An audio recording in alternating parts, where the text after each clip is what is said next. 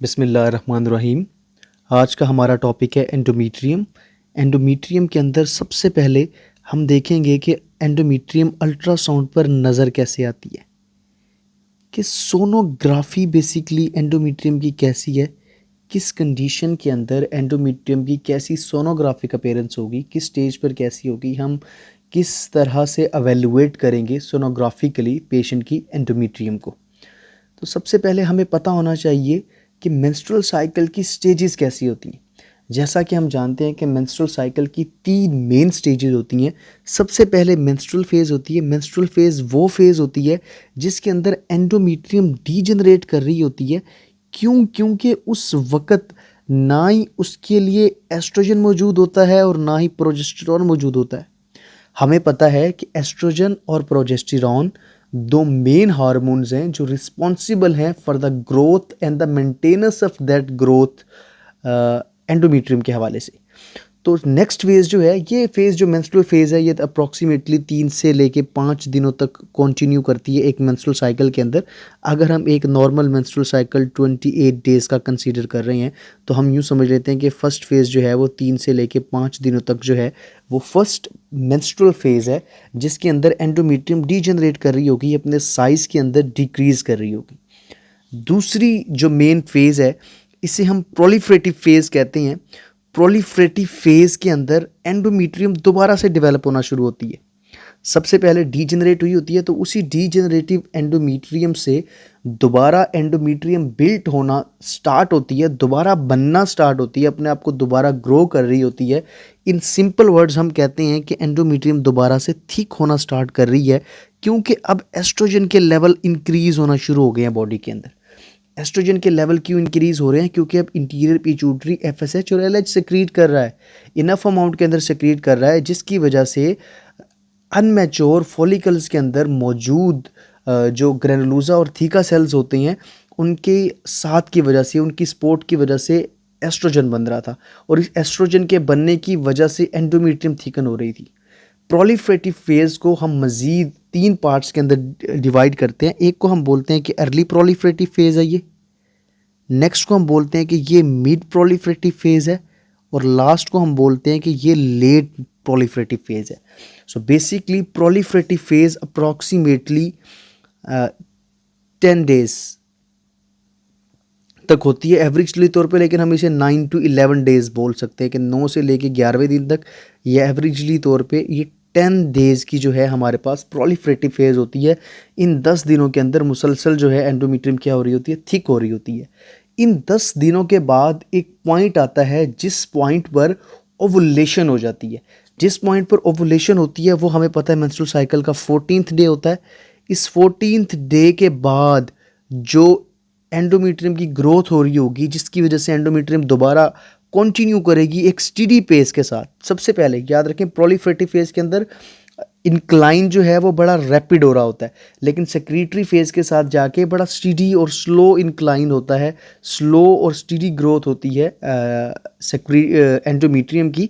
Secretary phase क्या करती है, उस ग्रोथ को एंडोमीट्रियम की जो उसने प्रोलिफरेटिव फेज के अंदर गेन की होती है उसको कंट्रोल करती है, उसको मेंटेन करती है, और उसमें ब्रिक बाय ब्रिक हल्का हल्का इजाफा करती रहती है। ऐसा नहीं होता कि सडन ही उसके अंदर ग्रोथ जो है वो स्टार्ट हो जाए, जैसा कि प्रोलिफरेटिव फेज के अंदर स्टार्ट हुई होती है। तो सेक्रेटरी फेज 2 मेन हार्मोन्स पर डिपेंड कर रही होती है, number 1 estrogen and number 2 progesterone.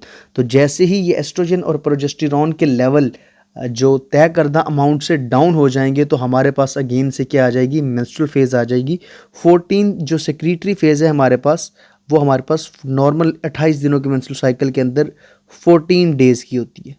Normally तौर पे किसकी होती है, 14 डेज़ की होती है। हमारे पास ये एक ग्राफ है, ये ग्राफ रिप्रेजेंट कर रहा है डिफरेंट फेजेस को मेंस्ट्रुअल साइकिल की, और उसके हिसाब से ग्रोथ को और हार्मोन्स के लेवल को। तो सबसे पहले हमने मेंसेस की फ़ेज़ या मेंस्ट्रुएशन की फ़ेज़ डिस्कस करनी है, जो अप्रॉक्सीमेटली फर्स्ट डे से लेके मैक्सिमम 5th डे तक होती है। तो उस फेज़ के अंदर क्या हो रहा है, ये अप्रॉक्सीमेटली रेंजेस करती है 3 से लेके 5 दिनों तक। तो इस फर्स्ट फेज़ के अंदर क्या हो रहा है कि एस्ट्रोजन और प्रोजेस्टेरॉन के लेवल, ये हमारे पास ओवेरियन हार्मोन्स हैं। ओवेरियन हार्मोन्स हमें पता है एस्ट्रोजन और प्रोजेस्टेरॉन है, और इनके लेवल्स बड़े डाउन है, बड़े लो हैं, और इसी तरह हमारे पास इंटीरियर पिट्यूटरी ग्लैंड के FSH और LH के लेवल भी बड़े डाउन है, टेम्परेचर भी थोड़ा सा डाउन है। फॉलिकल इस वक्त बिल्कुल स्टार्टिंग फेज़ के अंदर है, ग्रो कर रहा है। तो जैसे ही ये नेक्स्ट फेज़ के अंदर एंटर होते हैं तो हमें पता है कि प्रोलिफरेटिव फेज़ के अंदर इंक्लाइन है कि स्टार्ट से एस्ट्रोजन बनना शुरू होता है और एस्ट्रोजन की बनने के अंदर कितनी तेज़ी आ रही है। जितनी तेज़ी एस्ट्रोजन के बनने के अंदर आ रही है उतनी ही तेज़ी इस एंडोमीट्रियम की ग्रोथ के अंदर आ रही है। एंडोमीट्रियम की ग्रोथ उतनी ही ज़्यादा फास्ट हो रही है, ठीक है। इसके बाद है कि इस ग्रोथ के बाद एंडोमीट्रियम की ग्रोथ स्लो हो गई है थोड़ी सी, लेकिन स्टडी है, ग्रोथ है, लेकिन अब स्लो ग्रोथ है। जो पहले वाली ग्रोथ है उसको मेंटेन किया हुआ है। ज़्यादातर क्या हुआ है, 14th डे के बाद इसकी ब्लड वेसल्स की सप्लाई ज़्यादा इंक्रीज़ हुई, ब्लड वेसल्स का डायामीटर बनना शुरू हो गया, जिसकी वजह से इसकी ग्रोथ में मज़ीद इजाफा हुआ। तो 14th डे ये डे ऑफ ओवुलेशन था। इससे पहले का जो हिस्सा था वो डोमिनेट किया हुआ था हमारे पास एस्ट्रोजन पे। ये देखें एस्ट्रोजन की कितनी पीक है।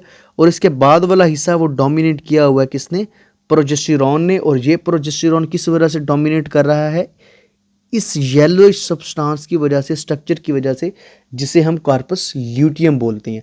ये सारी डिटेल्स मेंस्ट्रुअल साइकिल के अंदर आप सब लोग निहायत अच्छी तरह से पढ़ चुके होंगे। हमने देखना है एंडोमीट्रियम का हिस्टोलॉजिकली स्ट्रक्चर कैसे होता है। एंडोमीट्रियम बेसिकली दो लेयर्स पर मौजूद होती है, दो लेयर्स पर जो है वो मुश्तमिल होती है। बेजल लेयर नीचे की तरफ मौजूद, और इस बेजल लेयर के ऊपर मौजूद फंक्शनल लेयर। बेजल लेयर का पार्ट जो है वो बेसिकली पूरी की पूरी जो एंडोमीट्रियम है, इस ये पूरी एंडोमीट्रियम के अंदर जो बेजल लेयर है वो 1/3 पार्ट होता है, यानी कि 33% जो है अप्रॉक्सीमेटली पूरी एंडोमीट्रियम का जो हिस्सा आता है वो बेजल लेयर का होता है। बेजल लेयर हमेशा कांस्टेंट होती है और कभी भी शेड नहीं करती और अपनी हमेशा पोजीशन बरकरार रखती है। इसके बाद फंक्शनल लेयर है। फंक्शनल लेयर का सबसे पहले वो पार्ट है, सबसे पहले वो वाला पार्ट है जो बेजल लेयर के साथ अटैच है, उसे बेजेलिस बोलते हैं। ये फंक्शनल लेयर का वो बेजेलिस पार्ट है। जब एंडोमीट्रियम शेड हो रही होती है तो उस वक्त ये शेड नहीं होता, बल्कि ये मौजूद रहता है बाकी, ताकि यहाँ से दोबारा रीजनरेशन स्टार्ट हो सके। इसके बाद इनर कॉम्पैक्टम लेयर और आउटर स्पॉन्जिज्म लेयर, ये जो है ये वो लेयर्स हैं जो मेंस्ट्रुएशन के दौरान शेड हो जाती है। और अगर ओवरऑल हम देखें तो ओवरऑल फंक्शनल लेयर जो है ये 2/3 या 66% ऑफ द होल एंडोमीट्रियम होती है, और ये बड़ा इंपॉर्टेंट रोल प्ले करती है। इसी फंक्शनल लेयर के अंदर आकर इसी एंडोमीट्रियम की फंक्शनल लेयर के अंदर आकर ब्लास्टोसिस्ट ने इम्प्लांट करना होता है। वहाँ पर आके ब्लास्टोसिस्ट इम्प्लांट करेगी और यहीं से जो है वो सारे का सारा प्रोसेस जो है एम्ब्रियो की ग्रोथ का स्टार्ट होगा। अगर फंक्शनल लेयर सही तरीके से डेवलप ना की हो तो प्रेगनेंसी स्टेबल नहीं होगी। क्यों? क्योंकि ब्लास्टोसिस्ट को सही तरीके से न्यूट्रिएंट्स नहीं मिलेंगे, उसे सही स्पेस नहीं मिलेगी, सही ब्लड सप्लाई नहीं मिलेगी, तो ग्रोथ के लिए जो नेसेसरी फैक्टर्स हैं उसको वो नहीं मिलेंगे, जिसकी वजह से उसकी ग्रोथ नहीं हो सकेगी।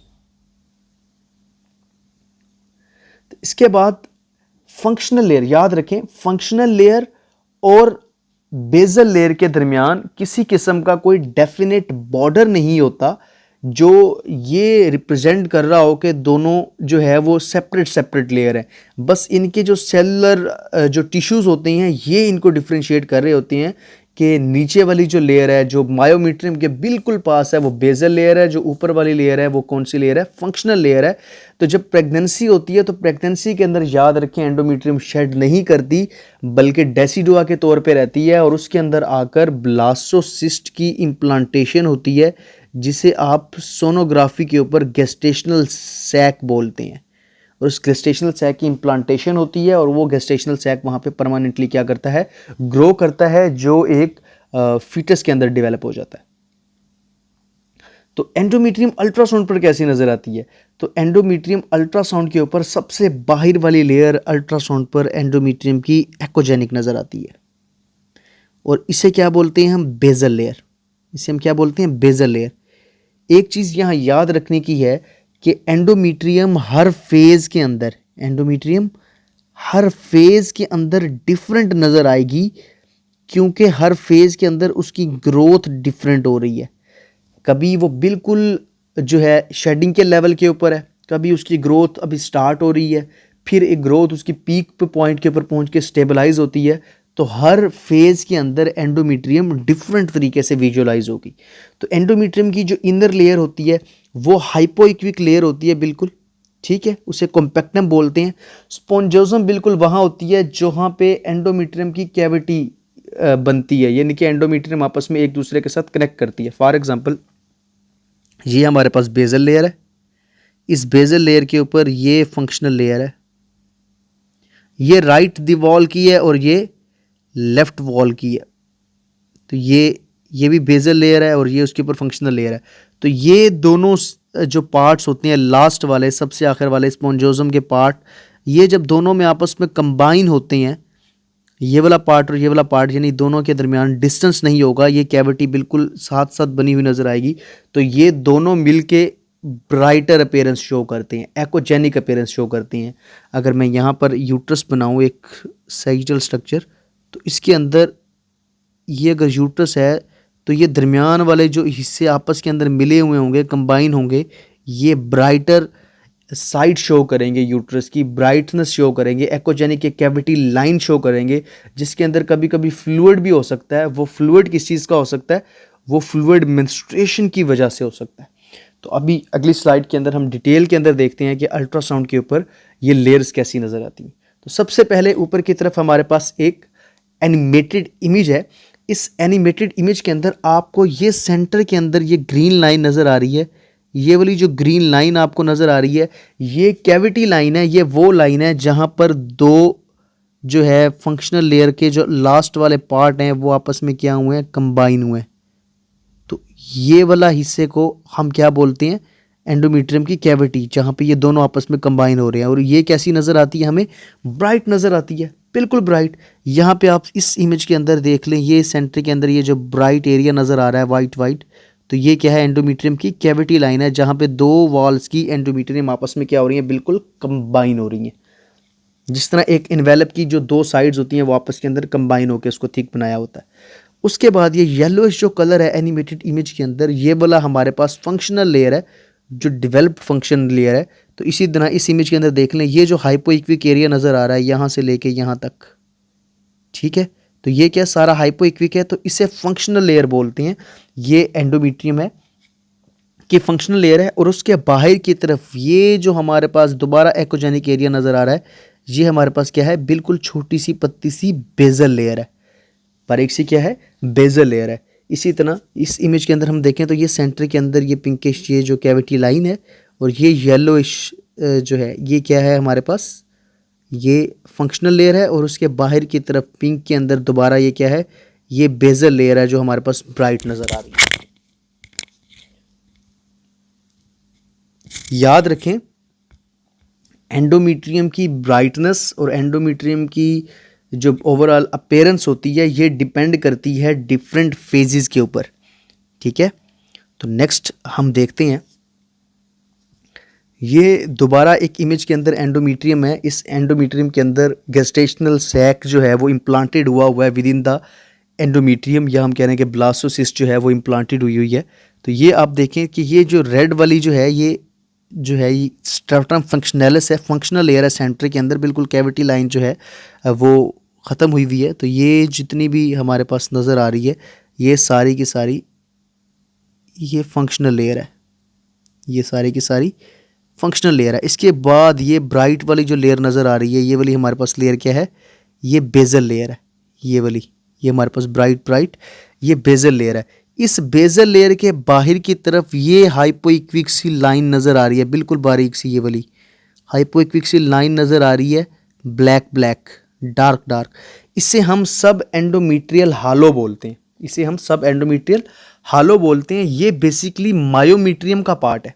इससे नीचे की तरफ ये सारी क्या है? मायोमेट्रियम है। तो मायोमेट्रियम के लेयर्स को भी हम 3 लेयर्स में डिवाइड करते हैं, आउटर, इनर और इंटरमीडिएट। तो ये इंटरमीडिएट में सबसे ज़्यादा मस्कुलर पार्ट होता है, तो ये इंटरमीडिएट हमें नज़र आ रही है। और ये जो सब एंडोमेट्रियल हालो है ये इसके सबसे क्या है? इनर लेयर है। और जो बाहर वाली लेयर होती है वो सब सिरोजल लेयर होती है मायोमेट्रियम की। तो मायोमेट्रियम की 3 लेयर्स होती हैं क्या? सब सिरोजल, इंटरमीडिएट या इनर, और सबसे आखिर वाली क्या होगी, सब एंडोमीट्रियल हालो। याद रखें, हालो हम बोलते हैं ब्लैक लाइन को, ब्लैक कैविटी को। तो क्योंकि एंडोमीट्रियम के नीचे बिल्कुल ये ब्लैक ब्लैक सा नज़र आ रहा होता है, तो इसी वजह से इसे क्या बोलते हैं हम, एंडोमीट्रियल हालो। या इसे हम क्या बोल देते हैं कभी कभी कि ये जंक्शनल जोन है, या इंटर एंडोमीट्रियम का जंक्शनल जोन है, या वो पार्ट है जहां पर एंडोमीट्रियम मायोमीट्रियम के साथ क्या कर रहा होता है, कनेक्ट कर रहा होता है। लेकिन मोर सेफर टर्म्स के अंदर और मोर एक्यूरेट टर्म्स के अंदर वो पार्ट जो बेजल लेयर से नीचे की तरफ नजर आए, बेजल लेयर के बाद में नजर आए और हाइपोइक्विक नजर आए, तो उसे हम सब एंडोमीट्रियल हालो बोलते हैं, जो बेसिकली मायोमीट्रियम का एक पार्ट है, एंडोमीट्रियम का पार्ट नहीं है, और हम उसे कभी भी एंडोमीट्रियम के साथ कंफ्यूज नहीं करेंगे। तो एंडोमीट्रियम की मेजरमेंट जो है वो हमने हमेशा लॉन्गेस्ट सेक्शन के अंदर लेनी होती है, लॉन्गिट्यूडनल इमेज के अंदर लेनी होती है, जिसके अंदर एंडोमीट्रियम की पूरी लेंथ विजिबल हो रही हो, पूरी की पूरी लेंथ विजिबल हो रही हो। आप देखें कि इन सारे इमेजेस के अंदर ये एंडोमीट्रियम की लेंथ विजिबल हो रही है पूरी की पूरी मुकम्मल तौर पे। तो ये इस तरह से हमने इमेजेस लेने हैं, और एंडोमीट्रियम की हमने मेजरमेंट हमेशा थिकेस्ट पार्ट से करनी है। जिस तरह के ये हमारे पास लास्ट वाला इमेज है, जिसके अंदर ये पूरी की पूरी कंप्लीटली तौर पे एंडोमीट्रियम नज़र आ रही है। ये सेक्रेटरी फेज की एंडोमीट्रियम है, और उसमें सबसे थिकेस्ट पार्ट के अंदर हमने मेजरमेंट ली है। मेजरमेंट याद रखें, एंडोमीट्रियम की कैविटी के 90 डिग्री के ऊपर होनी चाहिए बिल्कुल। ये नहीं है कि अगर एंडोमीट्रियम ऐसे है और मैं साइड टू साइड मेजरमेंट ले लूँ, ठीक है, हमेशा एट राइट एंगल होनी चाहिए। इस इमेज के अंदर अगर आप लोग देखें, तो इस इमेज के अंदर ये सेंटर के अंदर ये बिल्कुल बारीक सी लाइन नज़र आ रही है, तो ये कैविटी लाइन है, और ये इस तरह से बंद हो रही है, और ये दरमियान के अंदर ब्लैक ब्लैक नज़र आ रहा है। तो इसके अंदर ये दरमियान के अंदर जो ब्लैक ब्लैक है, ये फ्लूइड है हाइपोइक्विक, जो बेसिकली मेंस्ट्रुएशन के दौरान रह गया होगा। ये प्रोलिफरेटिव फेज का जो है वो इमेज है जो ग्रो कर रहा है। उसके बाद ये हाइपोइक्विक जो लाइन आपको एरिया नज़र आ रहा है, इसके बाहर की तरफ ये वाला एरिया हमारे पास जो लेयर है वो फंक्शनल लेयर है, और इसके बाहर की तरफ ये ब्राइट ब्राइट एरिया नज़र आ रहा है दोबारा हमें, तो ये कौन सी लेयर है, बेजल लेयर है।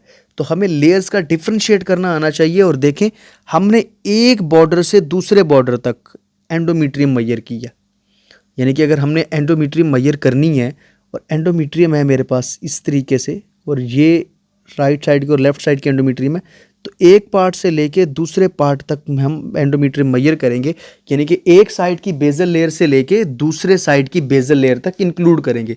जिस तरह कि इस इमेज में देखें आप, कि इस साइड की बेजल लेयर से हमने स्टार्ट किया, और दूसरे साइड की बेजल लेयर तक हमने इमेज लिया, और बिल्कुल वर्टिकल एक्सिस के अंदर लिया, जिससे बिल्कुल राइट एंगल या 90 डिग्री का एंगल बनाया with the endometrial cavity line और with the length of the endometrium.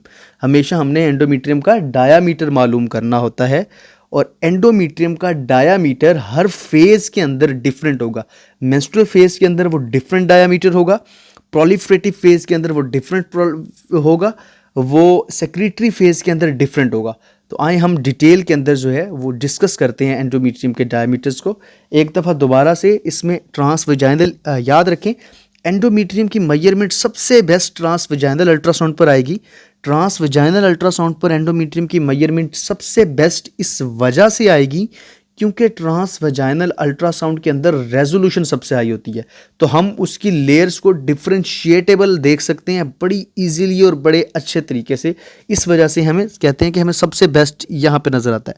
तो इस तरह आप देखें, ये सेक्रेटरी फेज के अंदर ये पूरी की पूरी जो ब्राइट नज़र आ रही है ये एंडोमीट्रियम है।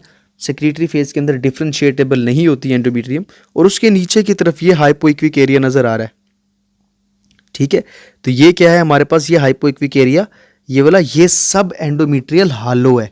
ये क्या है, दिस इज सब एंडोमीट्रियल हालो, और ये सब एंडोमीट्रियल हालो मायोमीट्रियम का पार्ट है। इसी तरह यहाँ पे भी देखिए हमने at the right angle measure की हुई है 90 डिग्री के ऊपर सेक्रेटरी फेज के अंदर। याद रखें, जब भी हमने मेजर करना है हमने थिकेस्ट पार्ट से मेजर करना है एंडोमीट्रियम का, और हमेशा हमने लॉन्ग एक्सिस के अंदर लेना है एपी डायमीटर के अंदर, और एक एकोजेनिक बॉर्डर से लेके दूसरे एकोजेनिक बॉर्डर तक, या सिंपल वर्ड्स के अंदर दोनों बेजल लेयर इंक्लूड होनी चाहिए। यानी कि अगर ये हमारे पास एक बेजल लेयर है, और ये फंक्शनल लेयर है और ये बेजल लेयर है और इसके ऊपर ये क्या है, फंक्शनल लेयर है। तो यहाँ से मेजरमेंट लेके हमने स्टार्ट करनी है और यहाँ तक मेजरमेंट लेनी है, एक बेजल लेयर के एक एंड से लेके दूसरी बेजल लेयर के दूसरे एंड तक। तो सबसे पहले जब एंडोमेट्रियम को हम स्टार्ट करते हैं, मेंस्ट्रुअल फेज से स्टार्ट करते हैं कि मेंस्ट्रुएशन के अंदर एंडोमेट्रियम कैसी नज़र आती है। तो मेंस्ट्रुएशन के अंदर एंडोमेट्रियम बिल्कुल एक पतली सी बारीक सी हाइपर इक्विक लाइन नज़र आती है। बारीक सी हाइपर इक्विक लाइन क्यों नज़र आएगी एंडोमेट्रियम की? बारीक सी हाइपर इक्विक लाइन इस वजह से नज़र आएगी क्योंकि अब फंक्शनल लेयर तो मेंस्ट्रुएशन के दौरान एट द नियर एंड लिखा हुआ है कि हमारे पास मेंस्ट्रुएशन एंड हो रही है। तो जब मेंस्ट्रुएशन एंड हो रही है तो इसका मतलब है सारी की सारी फंक्शनल लेयर शेड हो चुकी है। जब सारी की सारी फंक्शनल लेयर शेड हो चुकी है तो बची क्या, सिर्फ और सिर्फ बेजल लेयर। तो बेजल लेयर कैसी नजर आती है? ब्राइट। बेजल लेयर कैसी नजर आती है? ब्राइट। और बेजल लेयर क्या थी? 33% थी। ओवरऑल हमारे पास एंडोमेट्रियम का क्या थी? बेजल लेयर 33% थी। तो हमारे पास सिर्फ और सिर्फ ब्राइट लाइन नजर आएगी और वो ब्राइट लाइन थिन होगी क्योंकि जो 66% जो पोर्शन है एंडोमेट्रियम का वो तो शेड हो चुका है। तो इस वजह से एंडोमेट्रियम की थिकनेस क्या होती है? अप्रॉक्सीमेटली 4 mm के करीब होती है near the end of the menstruation. और हमेशा ये ब्राइट सी लाइन नजर आएगी, बिल्कुल बारीक सी सिंगल लेयर, एक लेयर नजर आएगी, हमें मल्टीपल लेयर्स नजर नहीं आएंगी। और हो सकता है क्योंकि मेंस्ट्रुएशन का एंड है तो दरमियान वाली कैविटी के अंदर हमें फ्लूइड भी मिले। हो सकता है कि ये जो दरमियान में सेंट्रल कैविटी है, इस कैविटी के अंदर क्या पड़ा हो? फ्लूइड पड़ा हुआ हो। और फ्लूइड हमेशा कैसा नजर आता है? हमें ब्लैक नजर आता है, डार्क नजर आता है। तो अगर यहाँ पर यूट्रस हो और ये कैविटी हो तो इस कैविटी के अंदर यहाँ पर फ्लूइड नज़र आ सकता है। तो यहाँ पर देखें, ये ब्राइट सी जो लाइन है, ये बिल्कुल बारीक सी थिन लाइन, ये एंडोमेट्रियम है। और यहाँ पे ये बारीक सी थिन लाइन क्या है? ये एंडोमेट्रियम है जो यहाँ पर जाके इस तरह से बन रही है, जिसकी वजह से यहाँ पे सेंटर में क्या है? फ्लूइड है हमारे पास। तो याद रखें, मेंस्ट्रुएशन के एंड के ऊपर एंडोमेट्रियल कैविटी के अंदर फ्लूइड नज़र आना बिल्कुल नॉर्मल सी बात है। और मेंस्ट्रुएशन के एंड के ऊपर एंडोमेट्रियम की बिल्कुल बारीक सी लेयर नज़र आ रही होगी जिसका मैक्सिमम डायमीटर 4 मिलीमीटर तक हो सकता है क्योंकि सारी की सारी एंडोमेट्रियम शेड हो चुकी है और सिर्फ 33% बचा हुआ है। तो हमें साइज भी बहुत छोटा मिलेगा और हमें सिंगल लेयर अपीयरेंस मिलेगी। उसके बाद हमने प्रोलिफरेटिव फेज को 3 फेजेस के अंदर डिवाइड कर दिया, early proliferative phase, mid proliferative phase और लेट प्रोलिफरेटिव फेज। सबसे पहले हम अर्ली प्रोलिफरेटिव फेज को डिस्कस करते हैं। तो जब हम अर्ली प्रोलिफरेटिव फेज को डिस्कस करते हैं तो अर्ली प्रोलिफरेटिव फेज के अंदर क्या होता है कि एंडोमेट्रियम की बेजल लेयर के ऊपर मौजूद फंक्शनल लेयर अब आहिस्ता आहिस्ता डेवलप करना स्टार्ट कर रही है। थोड़ा थोड़ा क्या करना स्टार्ट कर रही है? डेवलप करना स्टार्ट कर रही है।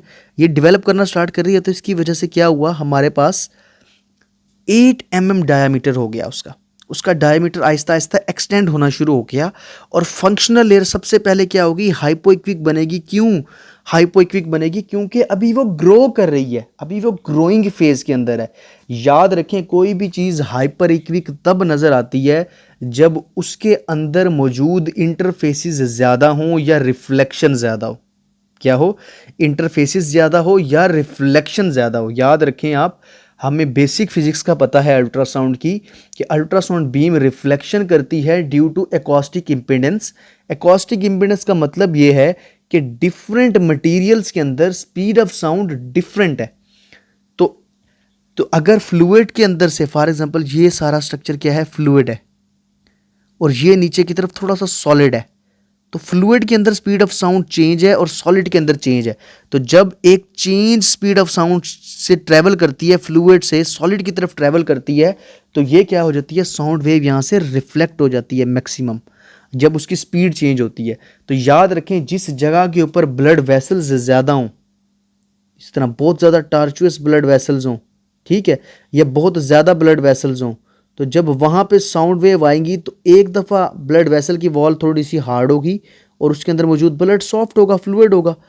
तो दोनों के दरमियान स्पीड चेंज है। एक दफ़ा स्पीड चेंज हुई, फिर दूसरी वॉल से गुजरी तो दोबारा हुई, फिर नीचे एक और वेसल थी, फिर दोबारा स्पीड चेंज हुई थोड़ी सी देर के लिए, फिर नीचे एक और वेसल थी, फिर दोबारा स्पीड चेंज हुई। इसी तरह जब मल्टीपल टाइम्स एक बड़े ही टाइनी से एरिया के अंदर, अगर मैं बोलूँ इतने से एरिया के अंदर बहुत ज़्यादा दफ़ा स्पीड चेंज हो जाए साउंड की, तो वो क्या करेगी, वहाँ पर रिफ्लेक्शन करेगी। जितनी स्ट्रॉन्ग रिफ्लेक्शन होगी या जितनी ज़्यादा रिफ्लेक्शन होगी, उतना स्ट्रॉन्गर क्या आएगा, हमें इमेज सिग्नल आएगा और उतना ही ब्राइटर इमेज बनेगा, उतना स्ट्रॉन्गर इमेज आएगा और उतना ही ब्राइटर इमेज प्रोड्यूस होगा या हाइपर एक्विक इमेज प्रोड्यूस होगा। तो अभी तो क्योंकि फंक्शनल लेयर डेवलप हो रही है, तो जब फंक्शनल लेयर डेवलप हो रही है तो फंक्शनल लेयर की ब्लड वेसल्स भी अभी डेवलप हो रही हैं, अभी छोटी हैं, क्योंकि इसके अंदर मौजूद ब्लड वेसल्स छोटी हैं अभी, तो इतने ज़्यादा इंटरफेसेस नहीं बन रहे, जिसकी वजह से रिफ्लेक्शन नहीं हो रही, जिसकी वजह से हमें फंक्शनल लेयर हाइपोइक्विक नज़र आ रही है अपनी डेवलपिंग फेज के अंदर। कैसी नज़र आ रही है, हाइपोइक्विक नज़र आ रही है। क्यों? क्योंकि वो इस वक्त अपनी डेवलपिंग फेज के अंदर है। जब ये मुकम्मल डेवलप हो जाएगी तो इसकी अपीयरेंस चेंज हो जाएगी।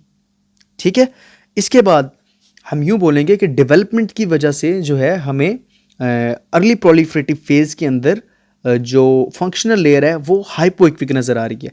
तो अर्ली प्रोलिफरेटिव फेज के अंदर ये बिल्कुल बारीक सी लाइन हमें क्या नज़र आ रही है, एक थिन लाइन शो हो रही है, जो बारीक सी थिन लाइन किसे जाहिर कर रही है, बेजल लेयर को, और उसके करीब करीब ये हाइपोइक्विक लाइन है।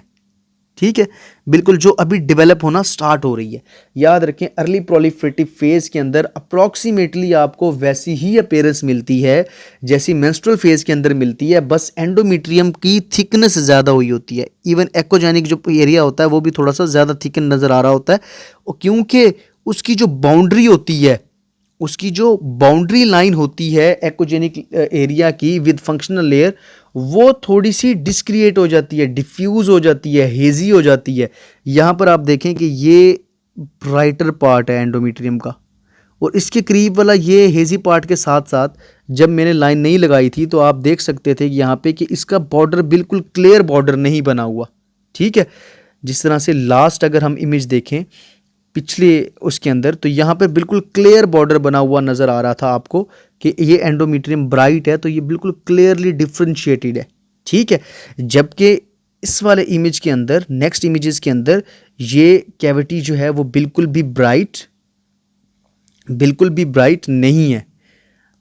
यहाँ पर हेजीनेस नज़र आ रही है इस ब्राइटर लाइन के अंदर और इसके बॉर्डर के अंदर। क्यों? क्योंकि इसके करीब वाली फंक्शनल लेयर डेवलप हो रही है, और इस फंक्शनल लेयर के डेवलप होने की वजह से ही इसकी ये अपीयरेंस बन रही है। ठीक है, याद रखें, अर्ली प्रोलिफरेटिव फेज के अंदर जो मैक्सिमम साइज है वो कहाँ तक चला जाता है, 8 mm तक चला जाता है एंडोमेट्रियम की थिकनेस का। नेक्स्ट हमारे पास है मिड प्रोलिफरेटिव फेज।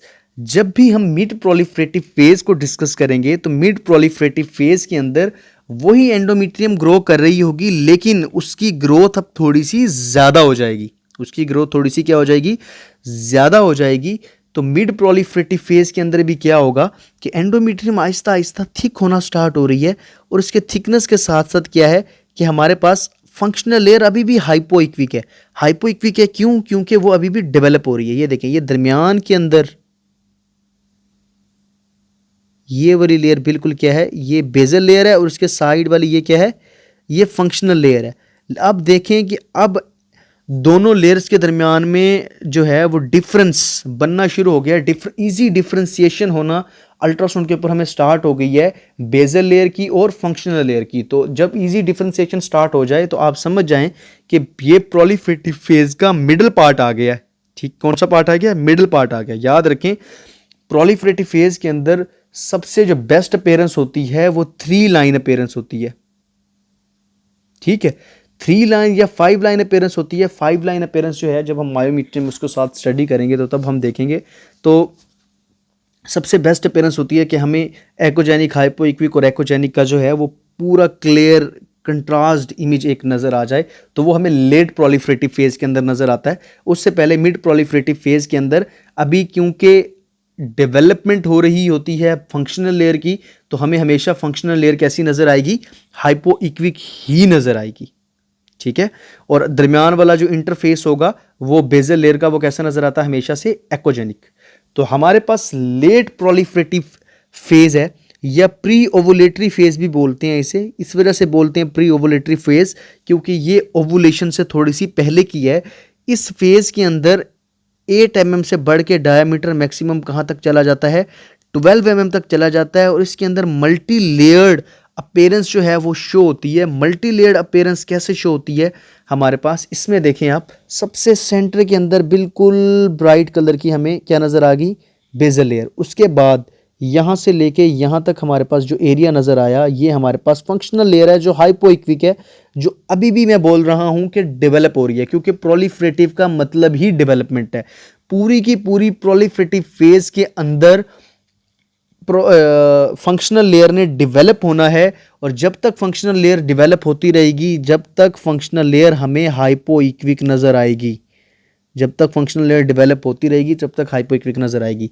इसके बाद ये बाहर की तरफ हमारे पास, ये हमारे पास बाहर की तरफ ये क्या है, ये बेजल लेयर मौजूद है। अंदर लेयर की तरफ ये इंटरफेस मौजूद है बेसिकली कॉम्पैक्टम का। और ये हमारे पास क्या नज़र आ रहा है, ये हमारे पास हाइपोइक्विक किस्म की जो है फंक्शनल लेयर नज़र आ रही है। क्या नज़र आ रही है हमें, ये फंक्शनल लेयर नज़र आ रही है।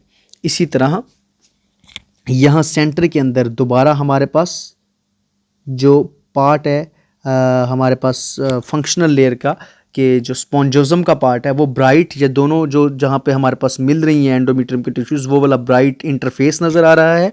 और साइड्स के ऊपर ये हाइपोइक्विक किस्म की हमारे पास फंक्शनल लेयर नज़र आ रही है। और साइड के ऊपर ये ब्राइटर जो लाइन है हमारे पास, ये क्या चीज़ नज़र आ रही है हमारे पास, ये ब्राइट बेजल लेयर। ये कैसी नज़र आ रही है, बिल्कुल ये ब्राइट हमें बेजल लेयर नज़र आ रही है। तो यहाँ पे हाइपोइक्विक फंक्शनल लेयर डेवलपमेंट के दरम्यान में और हाइपर इक्विक आउटर लेयर हमें नज़र आ रही होगी जो क्रॉसपॉन्ड कर रही होगी basal layer of the endometrium. Same appearance, center के अंदर इंटरफेस नज़र आ रहा है हमें एंडोमेट्रियम का। याद रखें हमारे पास मेंस्ट्रुएशन के दौरान ये इंटरफेस भी था, मेंस्ट्रुअल फेज के दरमियान में ये ब्राइट लाइन, ये इंटरफेस भी थी। और यही वाली ब्राइट लाइन हमारे पास बेजल लेयर भी थी क्योंकि फंक्शनल लेयर मुकम्मल तौर पर शेड हो चुकी थी। और जैसे ही हमारे पास डेवलपमेंट हो रही थी प्रोलिफरेटिव फेज के अंदर, अर्ली प्रोलिफरेटिव फेज के अंदर, तब भी हम इसे बोल रहे थे कि ये जो ब्राइट लाइन है ये बेजल लेयर है।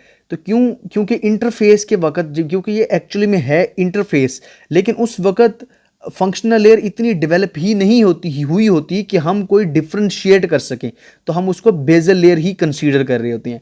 मिड और लेट प्रोलिफरेटिव फेज के अंदर डिफ्रेंशिएशन होती है और सेंटर वाली को हम स्पॉन्जोजम जो है, जो सेंटर वाली ये कैविटी लाइन है, इसे हम बेसिकली स्पॉन्जोजम, फंक्शनल लेयर का स्पॉन्जोजम कैविटी लाइन बोलना शुरू कर देते हैं। और साइड वाली लेयर को क्या बोलना शुरू कर देते हैं, बेजल लेयर बोलना शुरू कर देते हैं, जो बड़ी डेवलप हो जाती है। और दरमियान वाली हाइपोइक्विक लेयर जो अभी भी डेवलपमेंटल प्रोसेस के अंदर है, वो हमें क्या नज़र आती है, वो हाइपोइक्विक नज़र आती है। सेक्रीटरी फेज है। सेक्रीटरी फेज के अंदर ओवुलेशन के बाद होती है और थिकनिंग जो है वो और उसकी एक्वोजेनिसिटी जो है ओवरऑल वो बढ़ती जाती है। अब पूरी की पूरी जो एंडोमेट्रियम है वो प्रोजेस्टेरॉन के इफेक्ट के अंदर है। प्रोजेस्टेरॉन इस इफेक्ट को लीड कर रहा है।